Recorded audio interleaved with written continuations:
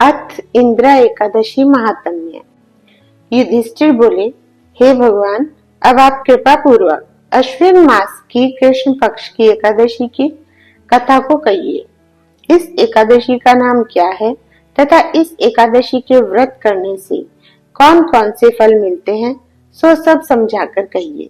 इस पर श्री कृष्ण भगवान बोले कि हे राजश्रेष्ठ, अश्विन मास की कृष्ण पक्ष की एकादशी का नाम इंद्रा है। इस एकादशी के व्रत करने से समस्त पाप नष्ट हो जाते हैं तथा नरक में गए हुए पितरों का उद्धार हो जाता है।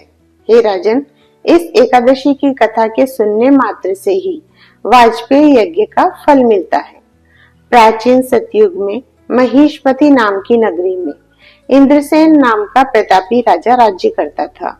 एक समय जबकि राजा अपनी राजसभा में सुखपूर्वक बैठा था, महर्षि नारद जी आकाश मार्ग से उतरकर वहां आए। देवर्षि नारद बोले कि हे राजन, आपके राज्य में सब कुशल है। मैं आपकी धर्म परायणता देखकर अत्यंत प्रसन्न हूँ।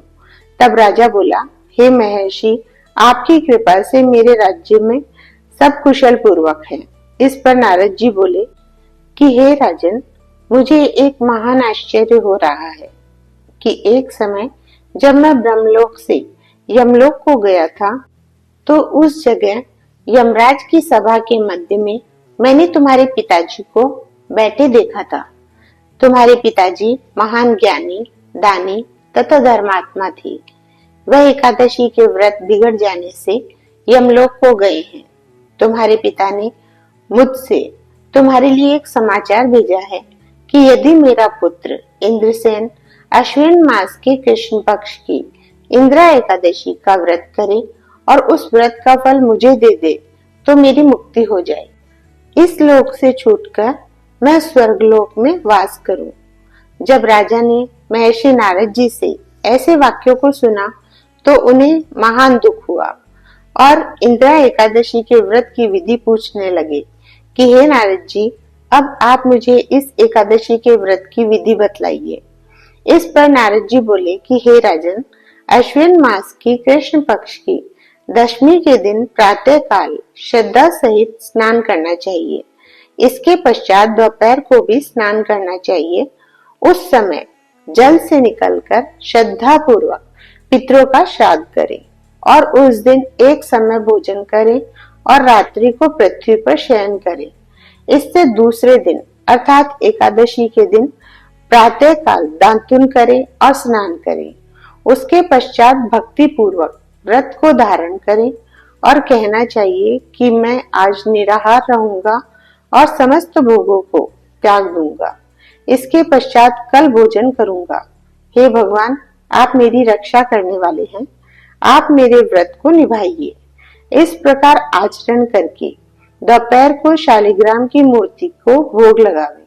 भोजन में से कुछ हिस्से को गौ को दे और विष्णु भगवान की धूप दीप नैवेद्य आदि से पूजा करे और रात्रि को जागरण करे। इसके उपरांत द्वादशी के दिन मौन होकर बंधु बांधवों सहित भोजन करे। हे राजन, यही इंद्रा एकादशी के व्रत की विधि है। हे राजन, यदि तुम आलस्य रहित होकर इस एकादशी के व्रत को करोगे तो तुम्हारे पिताजी अवश्य ही स्वर्ग को जाएंगे। महर्षि नारद जी राजा को जब उपदेश देकर अंतर्ध्यान हो गए तो राजा ने इंद्रा एकादशी के आने पर उसका विधि पूर्वक व्रत किया। बंधु बांधवों सहित इस व्रत के करने से आकाश से पुष्पों की वर्षा हुई और राजा के पिता यमलोक से गरुड़ पर चढ़कर स्वर्ग को गए। राजा इंद्रसेन भी एकादशी के व्रत के प्रभाव से इस लोक में सुख भोग कर अंत में स्वर्गलोक को गए। भगवान श्री कृष्ण कहने लगे कि हे धर्मराज युधिष्ठिर, यह मैंने तुम्हारे सामने इंद्रा एकादशी का महात्म्य वर्णन किया है। इस कथा के पढ़ने व सुनने मात्र से ही समस्त पाप नष्ट हो जाते हैं और अंत में प्राणी स्वर्गलोक में जाकर वास करता है। जय श्री राधे राधे।